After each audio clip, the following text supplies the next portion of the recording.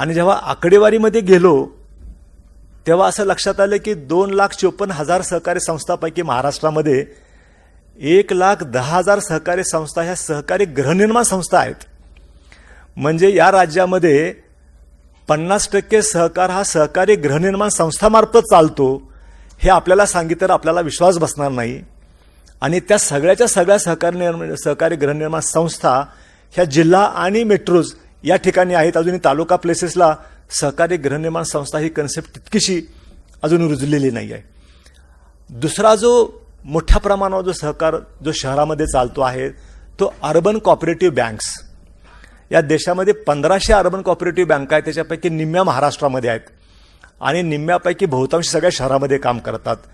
त्यामुळे एकतर शहरातला मनुष्य सहकारी गृहनिर्माण संस्थेचा सदस्य आहे किंवा अर्बन कॉपरेटिव्ह बँकेचा तो खातेदार आहे.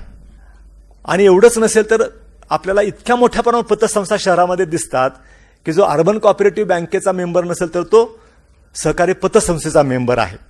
म्हणजे सगळ्यात जास्त सहकारामधले मेंबर्स कुठं राहतात असा विचार करायला गेलो दादा तर ते शहरामध्ये राहतात. हे जेव्हा माझ्या लक्षात आलं तेव्हा महाराष्ट्रभर मी जिथं कुठं जाईन तिथं हे सांगत आलो की सहकार हा ग्रामीण भागामध्ये नसून शहरामध्ये सगळ्यात जास्त मोठ्या प्रमाणावर आहे. आणि त्याच्यातलं मोठं काम जे आहे ते सहकारी गृहनिर्माण संस्था करतायत. आणि मग आम्ही जेव्हा सगळ्या ह्या प्रक्रियेमध्ये आढावा घेतला आणि दादांच्या समोर आम्ही एक स्टॅटिस्टिक्स मांडलं की दादा 2,54,000 सहकारी संस्था जर का आपण ऑडिट करायला गेलो तर तेवढ्या काय निघत नाहीत.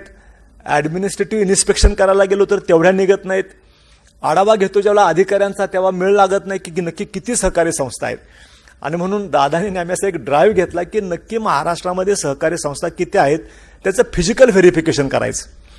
आणि मग महाराष्ट्रामधल्या प्रत्येक सहकारी संस्थेच्या फिजिकल व्हेरिफिकेशनसाठी अधिकाऱ्यांच्या नेमणुका केल्या, फॉर्म भरून दिले, प्रशिक्षण घेतलं आणि आढावा घेतला. तेव्हा बापटसाहेब असं लक्षात आलं की 2,54,000 सहकारी संस्थांपैकी जवळपास 55,000 ते 56,000 सहकारी संस्था ह्या नावालाच होत्या, त्या जागेवर सापडत नव्हत्या.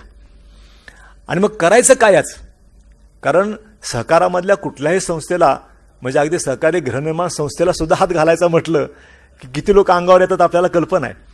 त्याच्यामुळे आम्ही ठरवलं की नाही ह्या सगळ्या सहकारी संस्थाच्या नावावर प्रत्यक्षामध्ये जागेवर नाहीतच, त्या सगळ्या संस्था लिक्विडेट करायच्या. आणि त्याचं एक फार लेंदी प्रोसिजर आहे. तर त्या सगळ्या संस्था लिक्विडेट करण्याची प्रक्रिया पुढचे 3 वर्ष केली आणि 54,000 सहकारी संस्था महाराष्ट्र राज्याच्या रजिस्ट्रेशनमधून बापटसाहेब आम्ही डिलीट केल्या दादांच्या कालावधीमध्ये. आणि 1,95,000 फक्त सहकारी संस्था महाराष्ट्रामध्ये शिल्लक राहिल्या ज्या वेळेला आम्ही हा ड्राईव्ह संपला त्यावेळेला.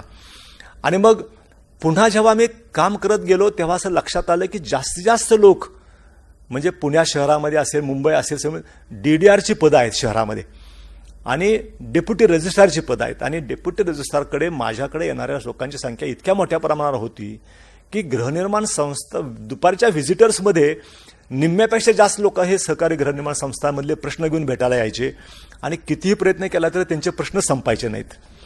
एका सोसायटीचं वर्ष पाठपुरावा केला तरी प्रश्न संपायचे नाहीत. कारण सोसायट्यातल्या सगळ्या सभासदांमधले असलेले भांडणं, तंटे, वाद, प्रतिवाद आणि माघारी घेण्याची भूमिका अजिबातच नाही सहकारामध्ये असून सुद्धा. म्हणजे प्रत्येक सोसायटीमध्ये असे आपल्याला काही महाभाग बघायला मिळतील की ते मॅनेजमेंट कमिटीचं नाकी न बांधता सहकार अधिकाऱ्यांच्या पण नाकी न बांधतात पण माघारी घेत नाहीत, समाधान त्यांचं होतच नाही. अशा अनेक संस्था आपल्याला पाहायला मिळालेल्या आहेत. आणि म्हणून या सहकारी संस्थांचे प्रश्न मिटवायचे असेल, समजून घ्यायचं असेल तर कायद्याचा जेव्हा प्रभूसाहेब अभ्यास सुरू केला तेव्हा कायद्यामध्ये सहकार जो 1960चा सहकाराचा जो कायदा आहे त्याची गंमत बापटसाहेब आपण खूप वर्ष विधानसभेमध्ये असल्यामुळं आपल्याला कल्पना आहे की सहकार कायदा जो एकच सहकार कायदा आहे त्याच कायद्यानं कारखाना पण कंट्रोल केला जातो, साखर कारखाना. तोच कायदा जो आहे तो सूतगिरणी कंट्रोल करतो, तोच कायदा जो आहे तो दूध संघ कंट्रोल करतो, तोच कायदा अर्बन कॉपरेटिव्ह बँका, तोच कायदा पतसंस्था आणि तोच कायदा सहकारी गृहनिर्माण चालतो. सो ज्या सहकारी संस्थांची संख्या 50% जास्त आहे तो सहकार फक्त काही सेक्शनवरनं चालवायचा आणि सगळं काम पटवर्धनाच्या बायलॉजने करायचं, असा जो काही कार्यक्रम चालला होता तो फार अडचणीचा होता. आणि म्हणून क्लॅरिटी नव्हती कायद्यामध्ये, बायलॉजमध्ये. पण बायलॉज कधी पटवर्धन प्रिंट करतात, कधी प्रभूसाहेब प्रिंट करतात, कधी नागपूरचा कोणीतरी प्रिंट करतो, त्यांनी कुठले सेक्शन बदलले, कुठले नवीन रूल्स टाकले, काही पत्ता लागत नाही. त्यामुळं तुम्ही जर का 10 सोसायटीचे बायलॉज घेतले तर त्याच्यामध्ये पण मेळ लागत नाही. त्यामुळे नक्की जायचं कुठल्या कायद्याप्रमाणे, कुठल्या रूल्सप्रमाणे, कुठल्या बायलॉजप्रमाणे. आणि म्हणून आम्ही एक ड्राईव्ह घेतला दादांच्या सह. आपल्याला दादा आठवत असेल की मुंबईमधल्या सगळ्या सहकारी गृहनिर्माण संस्थांमध्ये काम करणारे जे NGOs आहेत, काही ऑर्गनायझेशन्स आहेत, पुण्यातल्या काय असं सगळ्या शहरामध्ये जाऊन आम्ही एक कार्यशाळा घेतल्या आणि लोकांचे प्रश्न लिहून घ्यायला सुरुवात केली. आपण पुण्यातली जिल्हा मध्यवर्ती बँकेच्या तिथे आपण सभा घेतली. त्यांनी खूप मोठ्या प्रमाणात लोक यायचे. सगळ्यांचे प्रश्न लिहून घेतल्यानंतर असं लक्षात आलं की कायद्यामध्येच काहीतरी व्यवस्था करण्याची गरज आहे सहकारी सोसायटीच्या संदर्भामध्ये. त्याच्याशिवाय ह्या प्रश्नाला न्याय मिळू शकत नाही. आणि मग अनेक बैठका झाल्या, दादांच्याबरोबर मिटिंग झाल्या, त्यावेळेचे सेक्रेटरी कॉर्पोरेशन त्यांच्याबरोबर बैठका झाल्या. अनेक आम्ही अभ्यासगट नेमला की सहकारी सोसायट्यांचे प्रश्न मिटवायचे असेल तर सहकार कायद्यामध्ये स्वतंत्र चॅप्टर असला पाहिजे सहकारी गृहनिर्माण संस्थांच्या बद्दलचा. आणि त्याप्रमाणे त्या अभ्यास गटानं कामकाज सुरू केलं आणि तुम्ही जो अहवाल दिला त्याच्या आधारावर सहकार कायदा जो 1960चा आहे त्याच्यामध्ये मार्च 2019 मध्ये अमेंडमेंट करून एक चॅप्टर इंट्रोड्यूस केलेला आहे. आणि त्याच्या अंतर्गत सहकारी गृहनिर्माण संस्थांचं कामकाज सध्या कंट्रोल केलं जातं. आणि तेव्हापासून सहकारी गृहनिर्माण संस्थांचे बऱ्यापैकी प्रश्नांचं रॅशनलायझेशन होऊन त्याचं सोडवणुकीकडे वाटचाल सुरू झालेली आहे. म्हणून खरं तर सहकारी गृहनिर्माण संस्थांच्या संदर्भातला कार्यक्रम चालू असताना माजी सहकार मंत्री या ठिकाणी दादा आहेत, त्यांच्या मतदारसंघातला हा कार्यक्रम आहे. या सहकार कायद्यामध्ये हाऊसिंग सोसायटीचा चॅप्टर इंट्रोड्यूस करण्याचं कामकाज आणि त्याचं श्रेय चंद्रकांत दादांना जातं. आणि म्हणून त्यांच्या खऱ्या अर्थानं टाळ्या वाजून आपण सगळ्यांनी त्यांना धन्यवाद दिले पाहिजेत. आणि म्हणून आज जो काही सहकारी गृहनिर्माण संस्थांचे प्रश्न सोडण्याच्यासाठी जे काही फ्रेमवर्क, लिगल फ्रेमवर्क निर्माण झालेलं आहे ते ह्या चॅप्टरमुळे झालेलं आहे. थोडंसं विषांतर होईल पण दादांचा संबंध आहे म्हणून सांगू इच्छितो की असाच प्रश्न या राज्यामध्ये 15,000 सहकारी पतसंस्था आहेत. आणि याच कायद्यानं जिल्हा मध्यवर्ती बँक पण कंट्रोल केली जाते, याच कायद्यानं गावातली विविध कार्यकारी सोसायटी पण कंट्रोल केली जाते. हाच कायदा अर्बन कॉपरेटिव्ह बँका पण बघतो आणि हाच कायदा पतसंस्था पण बघतो. आणि म्हणून जसं सहकारी गृहनिर्माण संस्थांसाठी कायद्यामध्ये स्वतंत्र तरतूद, स्वतंत्र चॅप्टर असायला पाहिजे, तशाच प्रकारची तरतूद 15,000 ज्या या राज्यामध्ये पतसंस्था आहेत शहरामध्ये आणि ग्रामीण भागामधल्या, त्या सगळ्या सहकारी पतसंस्थांच्यासाठी सुद्धा एक स्वतंत्र चॅप्टर कायद्यामध्ये असायला पाहिजे. याच्याबद्दल अभ्यासगट नेमला, अभ्यास केला आणि त्यांनी दिलेल्या रिकमेंडेशन प्रमाणे सहकार कायदा 1960चा याच्यामध्ये सुद्धा एक स्वतंत्र चॅप्टर पतसंस्थांच्यासाठी, सहकारी पतसंस्थांच्यासाठी इंट्रोड्यूस केला गेलेला आहे. आणि त्याच्यामध्ये सुद्धा दादांचं मोठं योगदान होतं हे या ठिकाणी सांगितलं पाहिजे. आता या सगळ्या बॅकग्राऊंडवर आपल्याला मी जो काही कायद्यामध्ये जो चॅप्टर या ठिकाणी इंट्रोड्यूस केलेला आहे, बापट साहेब आपले प्रश्न आणि त्याच्या संदर्भामध्ये उत्तर देतील. पण ज्या काही फ्रेमवर्कमध्ये ज्या काही बेसिक गोष्टी ॲड केलेल्या आहेत, ज्याच्या भोवती सगळा सहकारी गृहनिर्माण संस्थाचा ढाचा चालतो, त्याच्यातल्या काही बेसिक गोष्टी मी आपल्याला या ठिकाणी सांगणार आहे की जे प्रश्न येतात आमच्या समोर, ॲडमिनिस्ट्रेशनच्या समोर किंवा फेडरेशनच्या समोर किंवा बापट साहेबांच्या समोर, प्रभू साहेबांच्या समोर, ते सगळे त्याच्याशी रिलेटेड आहे. त्याच्यातल्या काही संज्ञा मी आणि काही तरतुदी मी एक्सप्रेसली आपल्याला समजावून सांगतो जेणेकरून आपला प्रश्न चांगल्या पद्धतीनं मार्गी लागू शकेल. पहिला प्रश्न डीम कन्व्हेन्सच्या संदर्भामध्ये. डीम कन्व्हेन्स म्हणजे काय, किती लोकांना समजतं, आमच्या किती अधिकाऱ्यांना कळतं, हा दादा प्रश्न आहे की डीम कन्व्हेन्स म्हणजे काय. कोणाला सांगता येईल डीम कन्व्हेन्स म्हणजे काय? ते होत नाही एवढं माहिती आहे, पण ते काय आहे हे माहिती नाही. बरोबर ना. डीम कन्व्हेन्स करणं म्हणजे खूप महाभयंकर काम, अशा प्रकारची तरतूद आहे. त्याच्यावरही आम्ही काम केलं होतं आणि त्याच्यामध्ये सुद्धा एक फार सिस्टमॅटिकपणे ड्रीम कन्व्हेन्स वेगानं कसं करता येईल याच्या बाबतीमध्ये काही फ्रेमवर्क केलं आणि त्याला आत्ता नव्यानंच अलीकडं काही तरतुदी करून ते पण सोपं काम करण्यात आलं आहे. ते ड्रीम कन्व्हेन्स म्हणजे काय? आम्ही जेव्हा 99% सध्या तरी डेव्हलपर करूनच आपण फ्लॅट खरेदी करतो, पूर्वीच्या काळामध्ये लोकांनी प्लॉट घेतले आणि त्याच्यावर बिल्डिंग बांधली स्वखर्चानं, ज्याच्याबद्दल सेल्फ रिडेव्हलपमेंटच्या बद्दल प्रभूसाहेब बोलणारच आहेत. पण पूर्वी सेल्फ बिल्डिंग पण रिडेव्हलपमेंट नाही, सेल्फ डेव्हलपमेंट केली जायची, की लोक प्लॉट घ्यायचे आणि त्याच्यावर सोसायटी तयार करायची आणि सोसायटी स्वतःच बांधकाम करायची. तर आत्ताच्या घडीला आपण जे फ्लॅट खरेदी करतो ते डेव्हलपरकडून, 90% फ्लॅट्स आपण डेव्हलपरकडून खरेदी करतो. लोकांचं असं मत असतं की मी जेव्हा फ्लॅट खरेदी करतो आणि जे ॲग्रीमेंट बापटसाहेब आम्ही डेव्हलपरबरोबर करतो ते म्हणजे माझं खरेदी खत, असं 99% लोकांची धारणा आहे. प्रत्यक्षामध्ये डेव्हलपर जेव्हा तुम्हाला तुमच्याशी ॲग्रीमेंट, तुमच्याशी जो काही डॉक्युमेंट करतो ते खरेदी खत नसतं, तर ॲग्रीमेंट टू सेल असतं. थोडक्यात साठे खत असतं. त्याला आपल्याकडं करारनामा हा शब्द वापरला जातो. तर तुम्ही फ्लॅट खरेदी करता म्हणजे तुम्ही फ्लॅट नाही खरेदी करत, तुम्ही ॲग्रीमेंट करता डेव्हलपर बरोबर आणि तुम्ही काय त्याच्यासाठी जे काही किंमत बुजली असेल ते नमूद करून टर्म्स अँड कंडिशनवर तुम्हाला जे डॉक्युमेंट दिलं जातं. तर सगळ्या लोकांचं असं मत आहे की ते खरेदी खत आहे. खरेदी खत नाही, ते ॲग्रीमेंट टू सेल असतं. मग तुमचं खरेदी खत फ्लॅटचं कधी होणार? कन्व्हिनियन्स झाल्यानंतर.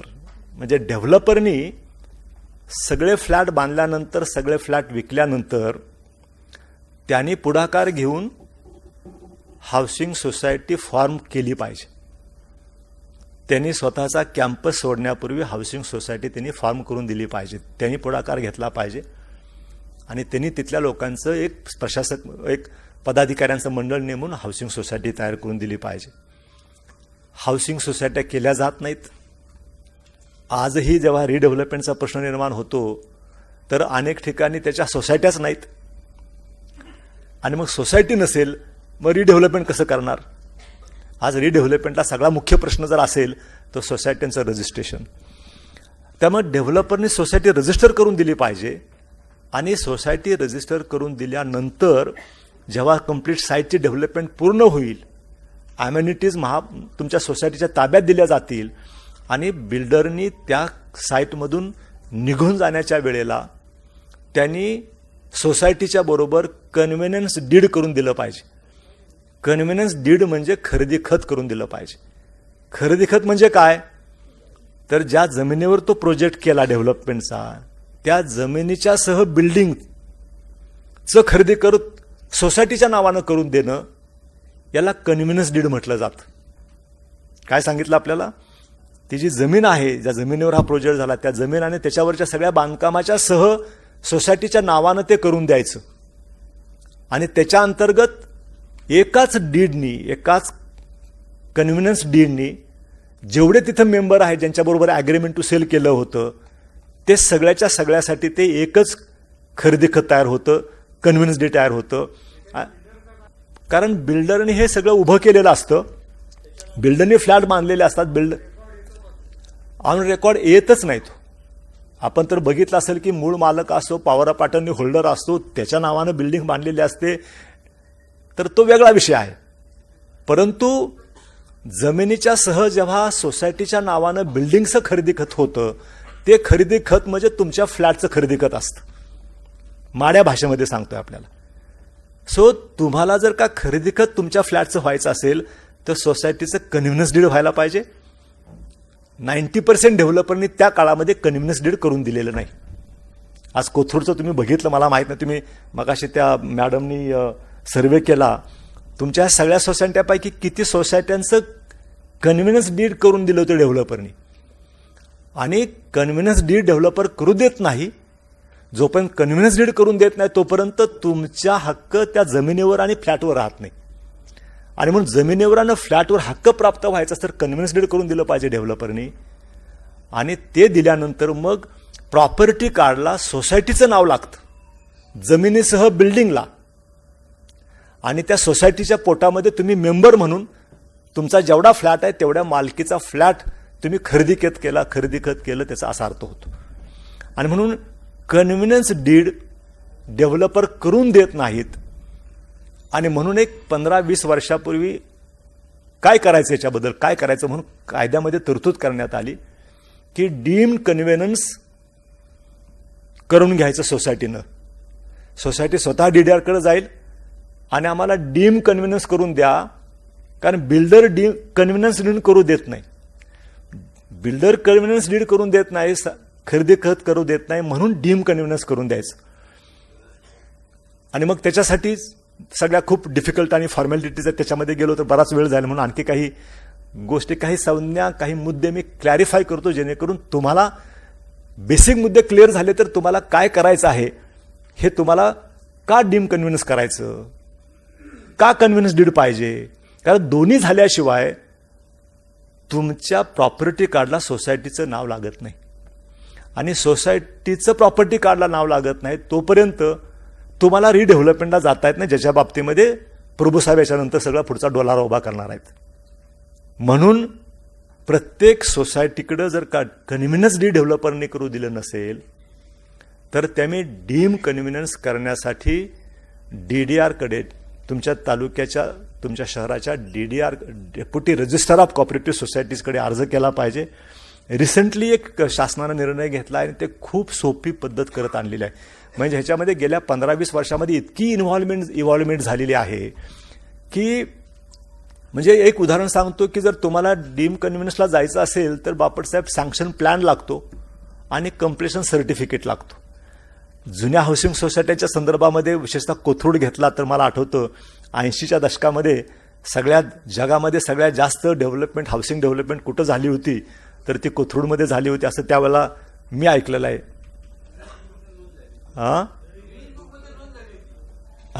नोंद झाली होती.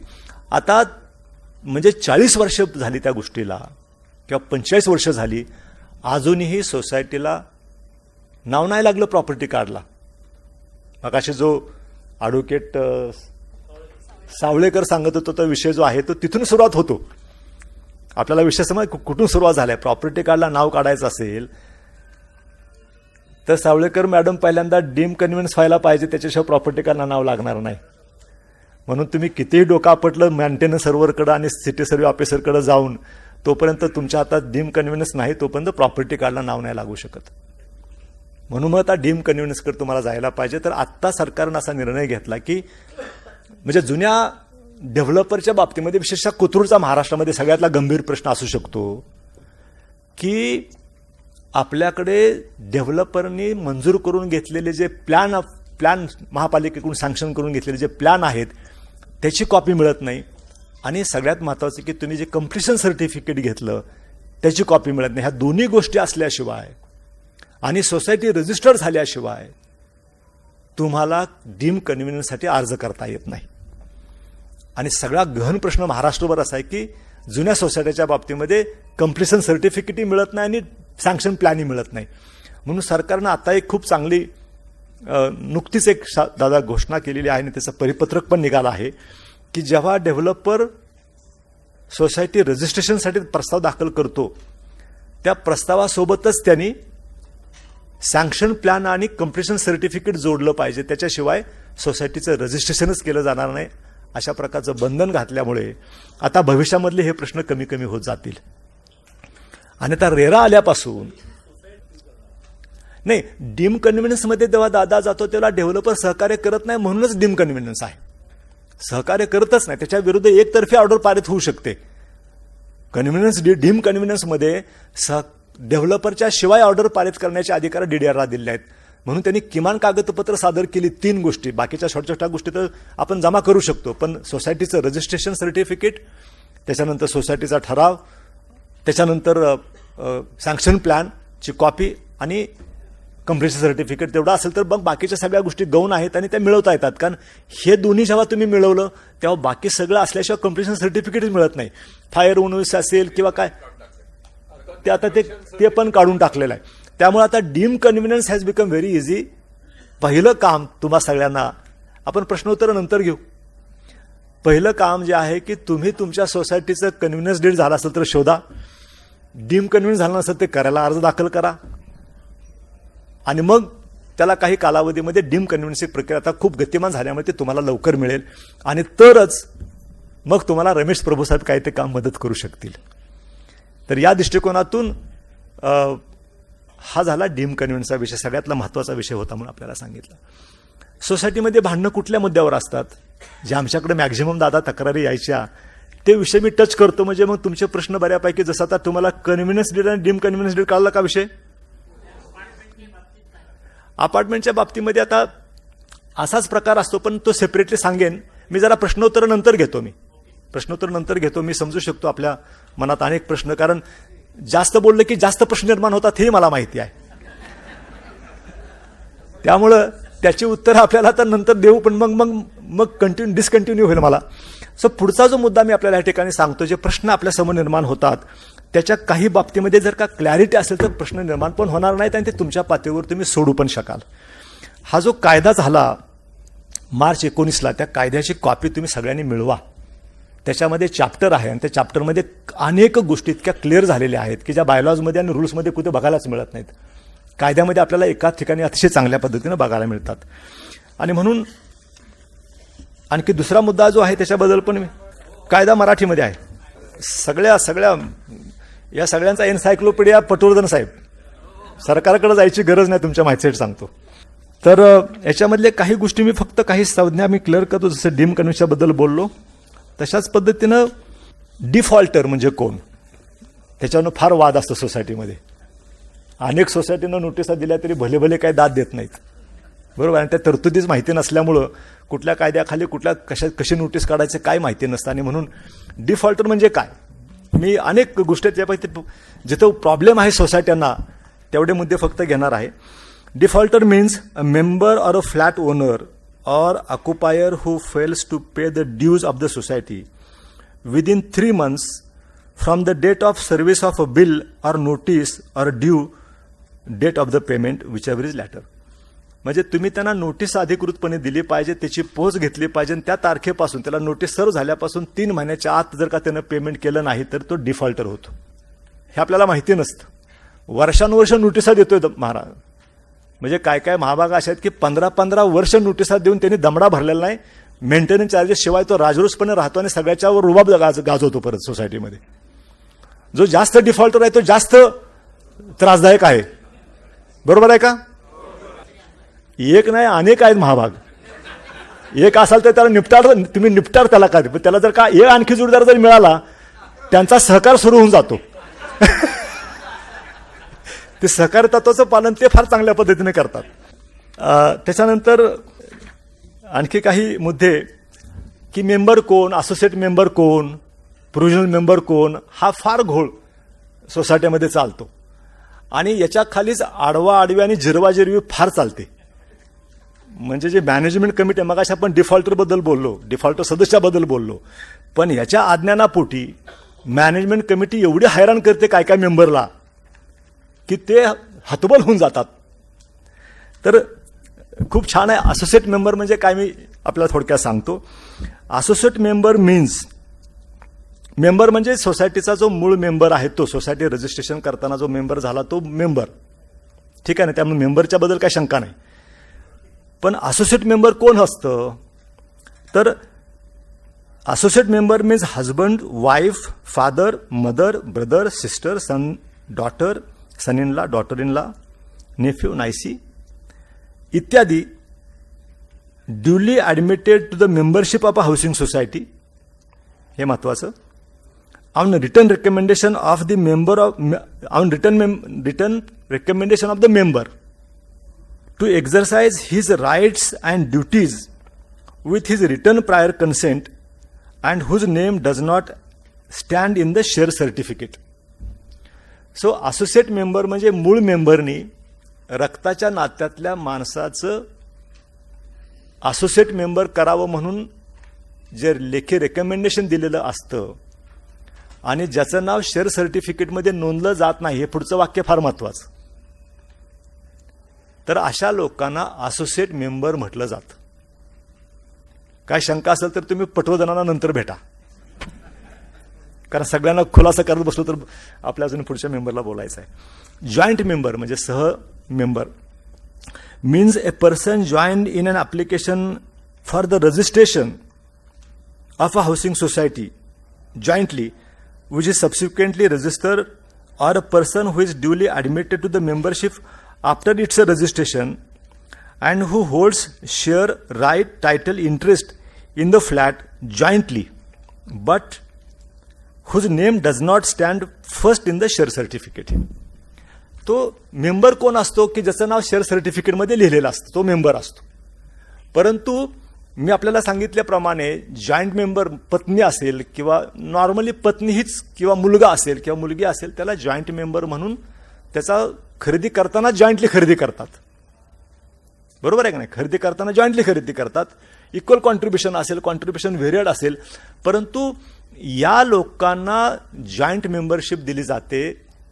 मात्र त्याचं शेअर सर्टिफिकेटवर नाव पहिलं नसतं, त्याचं सेकंड असतं. तो शेअर सर्टिफिकेटवर ज्याचं पहिलं नाव असतं तो सोसायटीचा मेंबर असतो आणि सेकंड आणि बिलो असतील तर ते जॉईंट मेंबर असतात. हे साधं तत्व आपल्याला सोपं जाईल. त्यामुळे मग या मुद्द्यामध्ये क्लॅरिटी झाली की मग अनेक सदस्यांचे प्रश्न मिटतील. आता प्रोव्हिजनल मेंबर फार महत्वाचा आहे. प्रोव्हिजनल मेंबर म्हणून त्याच्यात काय म्हटलंय? Means a person who is duly admitted as a member of a society temporarily after the death of a member on the basis of a nomination till the admission of a legal heir or heirs as member of the society in the place of a deceased member. मयत मेंबरच्या संदर्भामध्ये सोसायटीच्या मेंबरचं प्रत्येकाचं nomination करणं फार गरजेचं असतं. Sir नॉमिनेशनवर ज्याचं नाव लिहिलेलं आहे, दादा नॉमिनेशन प्रत्येक मेंबरनं एक नॉमिनेशन द्यायचं असतं. मी बँकेमध्ये नॉमिनेटर लागतो तसं मोहोळ साहेबांचं पण स्वागत असं या ठिकाणी. माझी महापौर साहेब या ठिकाणी आलेले आहेत.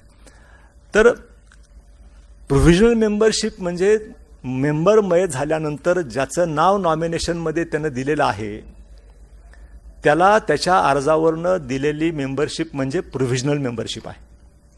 ही नाकारता येणार नाही. तुम्हाला हजारो हेअरशिप म्हणजे हजारो वारस असे आहेत महाराष्ट्रामध्ये आणि पुण्यामध्ये पण, तुमच्या कोथरूडमध्ये पण असतील की त्यांना आमचे हाऊसिंग सोसायटीचे मॅनेजमेंट कमिटी मेंबरशिप देत नाही. तो काय सांगतो की पहिल्यांदा वारसा सर्टिफिकेट घेऊन ये, कोर्टाचं सर्टिफिकेट घेऊन ये, तरच तुला मेंबरशिप दिली जाईल, आत्ता दिली जाणार नाही. याची गरज नाही. प्रोव्हिजनल मेंबर जो नॉमिनेशनमध्ये नाव दिलेलं आहे त्याचं नाव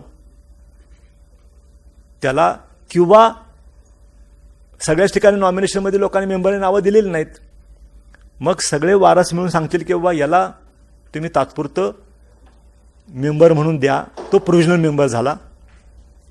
आणि मग जेव्हा वारसाचं सर्टिफिकेट मिळेल आणि मॅनेजमेंट कमिटीकडे जाईल, मॅनेजमेंट कमिटी ॲक्सेप्ट करेल की बाबा एक किंवा दोन जे वारस असतील त्यांना मग मेंबर म्हणून दिलं जाईल. रेग्युलर मेंबर होतो तो. सो प्रोव्हिजनल मेंबरशिप प्रत्येक डेथ झालेल्या मेंबरला त्याच्या नॉमिनेटेड किंवा त्याच्या सगळ्या वारसाने ज्याला नॉमिनेट केला आहे तो हा सोसायटीचा प्रोव्हिजनल मेंबर झाला पाहिजे. आणि प्रोव्हिजनल मेंबरला सगळे हक्क मतदानाच्या सह प्राप्त होतात. आणि मग भविष्यामध्ये जेव्हा त्याचे शेअरचे सर्टिफिकेट येतं तो येईल किंवा दुसरा कोणीतरी त्याचा मेंबर होऊन जातो. तर तुम्हाला मी असोसिएट मेंबर, जॉईंट मेंबर आणि प्रोव्हिजनल मेंबर याच्यावर फार घोळ चालतो सोसायट्यांच्यामध्ये आणि त्याची क्लॅरिटी आली. विशेषतः असोसिएट मेंबरला मतदानाचा हक्क आहे का नाही, प्रोव्हिजनल मेंबरला मतदानाचा हक्क आहे का नाही, याच्या बाबतीमध्ये आता नवीन इलेक्शनचे रूल्स ई टाईप सोसायटी म्हणून तुम्ही काढलेलं आहे, तर त्याच्यामध्ये कव्हर होईल. मी तिथे जाणार नाही, परंतु ही गोष्ट आपल्याला माहितीसाठी या ठिकाणी मुद्दा म्हणून सांगितली. ज्या तरतुदीखाली आजचं आपलं हे प्रशिक्षण चाललेलं आहे ती पण कायद्यातली तरतूद आहे दादा. तुमच्या सगळ्या त्या सावळेकर ॲडव्होकेटला माहिती दिसते, त्यामुळे ते हे ऑर्गनाईज केलं दिसते अंडर दॅट हेड.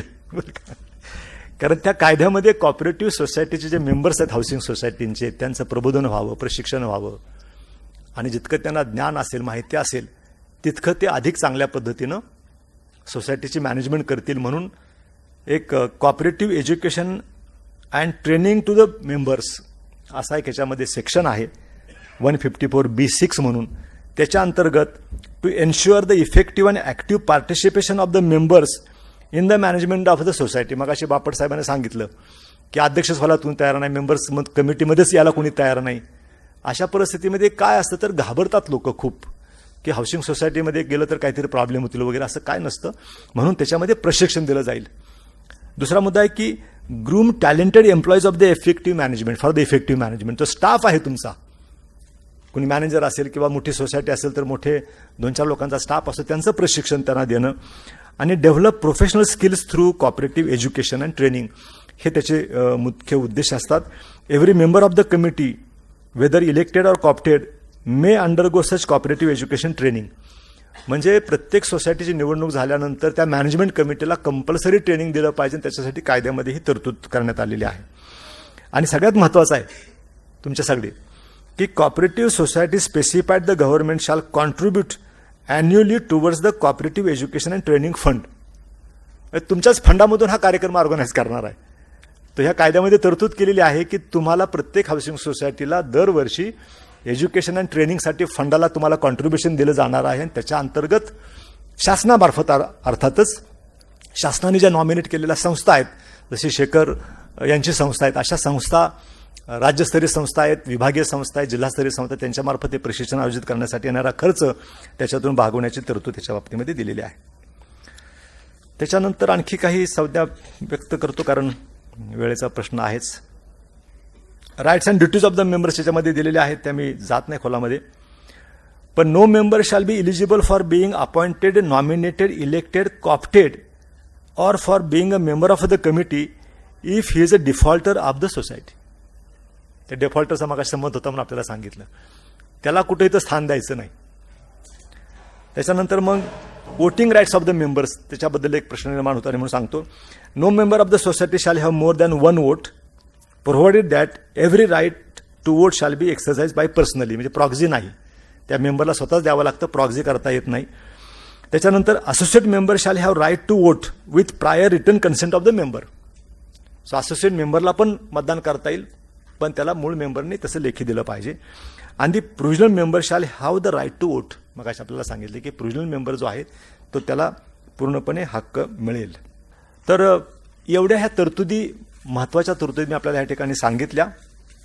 आणखी काही प्रश्न मग अशा ठिकाणी उपस्थित करण्यात आले, त्याच्याबद्दल मी थोडक्यात आपल्याशी बोलतो आणि मग मी थांबणार आहे. प्रॉपर्टी कार्ड संदर्भामध्ये आणि 7/12 संदर्भामध्ये आपण मगाशी बोलत होता. मी जिल्हाधिकारी पण होतो आणि विभागीय आयुक्त पण होतो, जमाबंदी आयुक्त पण होतो. त्यामुळे लँड रेकॉर्डच्या सगळ्या बाजूनं मला माहिती असल्यामुळे मी मुद्दाम सांगू इच्छितो की पुण्यामध्ये पहिल्यांदा सगळीकडे 7/12 होता. 7/12 बंद करून प्रॉपर्टी कार्ड केलं जातं. दादा महसूल मंत्री असताना याच्यामध्ये खूप काम झालं की अनेक शहरामध्ये आपण असताना दादा ड्राईव्ह घेण्यात आला होता की जिथं 7/12वर आता जमीन शिल्लक राहिली नाही शेतीची, तिथं सगळ्या डेव्हलपमेंट झालेल्या आहेत, तरीही तो 7/12 चालू असतो. तर तो 7/12 बंद करून त्याची प्रॉपर्टी कार्ड केली जातात. म्हणजे नॉन ॲग्रिकल्चर प्रॉपर्टी ज्यावेळेला शहरामध्ये होते, शेतीची बिनशेती ज्यावेळेला होते, तेव्हा तिचं प्रॉपर्टी कार्ड तयार व्हायला पाहिजे. तो प्रत्यक्ष वर्षानुवर्ष झालेलं नाही आणि त्याच्यामुळे शहरामध्ये अनेक ठिकाणी 7/12 पण चालू आहे आणि प्रॉपर्टी कार्ड पण चालू आहे. 7/12वर पण खरेदी विक्री होते आणि प्रॉपर्टी कार्डवर खरेदी विक्री होते, असं मुंबईमध्ये अनेक शहरामध्ये होताना दिसतं. त्याच्यातून जे टॅक्स पण डबल होतो आणि ह्याच्यातून जे लिटिगेशन होतात ते कोर्टाला सुद्धा कळत नाही का नक्की करावं काय. कारण 7/12 पण चालू आहे, प्रॉपर्टी कार्ड चालू आहे, रजिस्टर्ड डॉक्युमेंट झाले आहेत आणि तलाठ्याकडं 150 सेक्शनचं लँड रेव्हेन्यू कोडमधलं प्रोसिजर फॉलो करून नोंदी झालेल्या आहेत. So everything is legal. आणि म्हणून जेव्हा हे लक्षात आलं, त्याला ड्राईव्ह घेण्यात आला की 7/12 शहरामधले बंद करायचे आणि प्रॉपर्टी कार्ड चालू करायचे. त्याच्या अंतर्गत हा प्रश्न बऱ्यापैकी सुटतोय. पण मगाशी क्लास 1 आणि क्लास 2 लँडचा आपण दादा उल्लेख केला, त्याच्या बाबतीमध्ये मी आजची परिस्थिती काय आहे निर्णय केला होता, पण इम्प्लिमेंटेशनमधल्या अडचणी मुद्दाम पॉईंट आउट करतो. आपल्याला पण प्रभूसाहेबांना पण त्याच्यात लक्षात येईल, रिडेव्हलपमेंटमध्ये त्याच्यामध्ये खूप अडचणी येत आहेत. ज्या क्लास 1 क्लास 2 जमिनी, क्लास 2 म्हणजे नियंत्रित सत्ता प्रकार, पहिल्यांदा ते काय सांगितलं पाहिजे. क्लास 1 म्हणजे काय आणि क्लास 2 म्हणजे काय. क्लास 2 लँड ज्या सरकारच्या मालकीच्या असतात आणि त्या लोकांना दिल्या जातात हाऊसिंग सोसायटीपुरतं बोलू. सरकारच्या मालकीची जमीन जेव्हा सोसायटीला दिली जाते त्याला पूर्ण हक्काने दिली जात नाही, तर लीजने दिली जाते. कधी 25 वर्षाचं लीज, 50 वर्षाचं लीज, आणि दरवर्षी तुम्हाला लीज रेंट भरावा लागतो.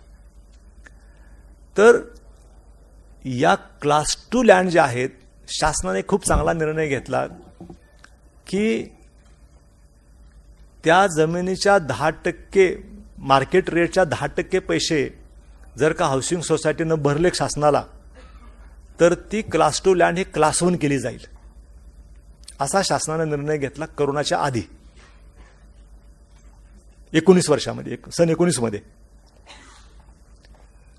आता त्याच्यात मुदत घातली होती 3 वर्षाची प्रभूसाहेब, की 3 वर्षाच्या आत जी हाऊसिंग सोसायटी या पद्धतीनं 10% प्रोव्हिजनल 10% मार्केट रेटच्या पैसे जमा करेल, त्यांची जमीन क्लास 2 टू क्लास 1 केली जाईल. ह्याच्यामध्ये नेट 2 वर्ष करोनामध्ये गेली. लोकांना माहिती होईपर्यंत 6 महिने निघून गेले, आणि जेव्हा लोकांना माहिती झालं तोपर्यंत 3 वर्षाची मुदत संपून गेली. आणि ज्यांनी ज्यांनी प्रकरणं दाखल केली होती महाराष्ट्रभर आणि वेगवेगळ्या स्टेजमध्ये होती, काही प्रकरणं जिल्हाधिकारी पुण्यामध्ये अशा आहेत की त्यांनी ऑर्डर केली आणि दुसऱ्या दिवशी पैसे भरायचे आहेत, बंद झालं, कारण 8 मार्च 2020 ही त्याची डेट होती. सो 8 मार्च 1919ला झालेला निर्णय 8 मार्च 22ला तो संपला, आणि याचा फायदा काय लोकांना घेता आला नाही. म्हणून त्याची मुदत पुन्हा 3 वर्षासाठी वाढवण्याची गरज आहे. कारण 10%ची सुद्धा किंमत हाऊसिंग सोसायटीच्या बाबतीमध्ये 1 कोटीवर झाली, काही ठिकाणी 15% पण आहे. तर आता हाऊसिंग सोसायटीचं साहेब बोलणारच आहेत की तुम्ही काय सांगितल्याप्रमाणे आपण ब्रेकफास्ट करताना की दमडा न भरता आमचं रिडेव्हलपमेंट व्हायला पाहिजे. बरोबर आहे सगळ्यांना? त्याला छेद देणारं भाषण आता साहेबांचं होणार आहे. तर दमडा न भरता पैसे आम्हाला आमची रिडेव्हलपमेंट व्हायला पाहिजे, आणि डबल फ्लोटा मोठा फ्लॅट मिळाला पाहिजे, 500चा 1000 मिळाला पाहिजे. मग डेव्हलपरने काय करायचं? नाही नाही, फॉर ऑल, सर्व जमिनीवर. तर याच्यामध्ये प्रॉब्लेम असा आहे, त्याच्यावर उत्तर साहेब देणार आहेत, तुम्ही थांबा जरा. त्यांच्याकडे एकदम मास्टर उत्तर आहे. तर आपल्याला हे सांगू इच्छितो की जर का आपल्याला क्लास 2 लँड करायची, क्लास 2 टू क्लास 1 करायचे असेल, तर प्रति मेंबर 10 लाख, 5 लाख, 8 लाख, 2 लाख, 3 लाख तरी जमा करायला लागतील. 100 मेंबरची सोसायटी असेल तर जोपर्यंत 2-2 लाख रुपये सगळे लोक देत नाही तोपर्यंत क्लास 2 टू क्लास 1 करता येत नाही, आणि लोक 2 लाख सुद्धा कॉन्ट्रीब्यूट करायला तयार नाहीत. पण जोपर्यंत तुम्ही क्लास 2चं क्लास 1 करत नाही तोपर्यंत रिडेव्हलपमेंटला तुम्ही जाऊ शकत नाही, कारण रिस्ट्रिक्टेड टेन्युअर म्हणून त्याच्यामध्ये अनंत प्रॉब्लेम येतात, नजराना भरायचा आहे. तर हा जो मुद्दा आहे की क्लास 1 टू क्लास 2 लँड पुन्हा प्री रिक्विजिट आहे रिडेव्हलपमेंटच्यासाठी, आणि म्हणून विनंती आहे की ह्याच्यामध्ये एक्सटेन्शन व्हायला पाहिजे 3-1 वर्षाचं. खरं तर एक्सटेन्शन कशाला पाहिजे? ज्याला पाहिजे तेव्हा जो करेल ना. जर का निर्णय घेतलाय सरकारने तर प्रॉब्लेम आहे सोसायटीमध्ये पैसे जमा करायला. प्राईम लँडला 1-1 कोटी रुपये भरायचे असेल, जर का 20 मेंबर असतील तर 5-5 लाख लोकांना करायला प्रॉब्लेम आहे. जुने लोक आहेत, रिटायर झालेले लोक आहेत इथं कोथरूडमध्ये, ते कुठून 5 लाख रुपये कॉन्ट्रीब्यूट करतील? म्हणून हे रिस्ट्रिक्टेड टाइम जो घातलेला आहे, तर धोरणात्मक निर्णय घेतलाय तर जाना ओपन, जेव्हा ज्याला घालत तेव्हा करेल. नाही, काही लोकांच्या बाबतीमध्ये काही भाग्यवान असे आहेत की ते क्लास 1 क्लास 2 मधला फरक असा आहे की 2-3 उदाहरणे देतो. एक आहे, पूर्वीच्या काळामध्ये वतनाच्या जमिनी असायच्या, आणि वतन जमिनी त्या लोकांना रिग्रँड केल्या की मालकीच्या रिग्रँड करून त्या मालकाच्या, वतनदाराच्या मालकीच्या व्हायच्या. तर जो पण वतन लँड आहे तोपर्यंत ती मराठीमध्ये नियंत्रित सत्ता प्रकार, थोडक्यात ती सरकारची पार्शली त्याची, सरकारची पण पूर्ण नाही, किंवा कुळ कायद्याखाली तुम्हाला जमीन मिळाली, कुळाला कुळ कायद्याखाली जमीन मिळालेली आहे, तिला नियंत्रित सत्ता प्रकार दिलेला आहे. सरकारच्या मालकीची जमीन आहे, तुम्हाला दिलेली आहे, ते रिस्ट्रिक्शन घालून दिली. म्हणजे तुम्हाला अटी शर्तीनं दिलेली जी जमीन आहे सरकारकडून कुठल्या ना कुठल्या कारणावरून, तिला म्हणायचं क्लास 2 लँड किंवा नियंत्रित सत्ता प्रकार किंवा रिस्ट्रिक्टेड टेन्युअर असं इतर हक्कामध्ये लिहिलेलं असतं. वर्ग 2 पण लिहिलेलं असतं. आता ही वर्ग 2ची जमीन ज्याला वर्ग 1 होते, म्हणजे काय होतं तर तिचा पूर्ण मालकी हक्क तुम्हाला मिळतो. फ्री होल्ड तुम्हाला पूर्ण मालकी हक्क मिळतो सरकारकडे. म्हणजे परत तुम्हाला लीज रेंट भरायची गरज नाही, नंबर 1. त्याच्यानंतर तुम्हाला परवानगी घ्यावी लागते प्रत्येक वेळेला. फ्लॅट विक्री करता परवानगी, प्लॉट विक्री करताना परवानगी, रिडेव्हलपमेंटला जाताना परवानगी, या काही भानगडी करायला लागत नाही. ते फ्री होल्ड जमीन होते, आणि जेव्हा फ्री होल्ड जमीन होते तिची व्हॅल्यू काही पटीनं वाढते. आणि म्हणून रिडेव्हलपमेंटला जाताना फ्री होल्ड जमीन असेल तर तुमचं रिडेव्हलपमेंटचं काम सोपं होतं आणि डेव्हलपरला तुम्ही गेला तर त्याचं पण काम सोपं होतं. आणि म्हणून हा अतिशय महत्त्वाचा विषय मी आपल्याला या ठिकाणी सांगितला. शेवटचा मुद्दा असा आहे की हाऊसिंग सोसायटीचं महत्त्व शहरामध्ये दादा काय आहे. म्हणजे कुठल्या त्या रिस्ट्रिक्टेड टेंडरमध्ये येतात. जिथं जिथं सरकारनं तुम्हाला काय ना काय ऑर्डर काढून दिली आणि त्याच्यामध्ये अटी शर्तीमध्ये काहीतरी एक अट घातलेली असते, त्याला म्हणायचं रिस्ट्रिक्टेड टेन्युअर, त्याला म्हणायचं नियंत्रित सत्ता प्रकार. पूर्ण सत्ता नाही तुमच्याकडे, तुमच्याकडे नियंत्रित सत्ता त्या जमिनीची आहे म्हणून त्याला नियंत्रित सत्ता प्रकार म्हटलं जातं. ती सुद्धा तशीच आहे.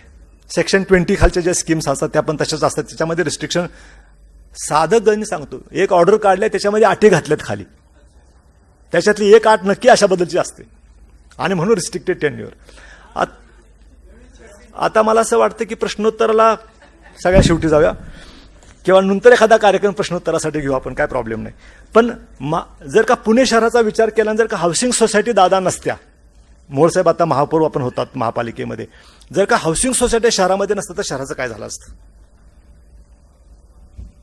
एक छोटी सोसायटी जरी मी अगदी 50 फ्लॅटची सोसायटी, 50 फ्लॅटची एखाद्या डेव्हलपरनं बांधली, डेव्हलपर निघून गेला, पाणी कोण आणेल, पाईप लाईट कोण देईल, झाडून कोण आणेल, रात्री लाईट कोण लावेल, पिण्याच्या पाण्याचं काय, त्याच्यानंतर पुन्हा सॅनिटेशनचं काय, स्ट्रॉम वॉटरचं काय, रस्त्याचं काय, अनंत प्रश्न.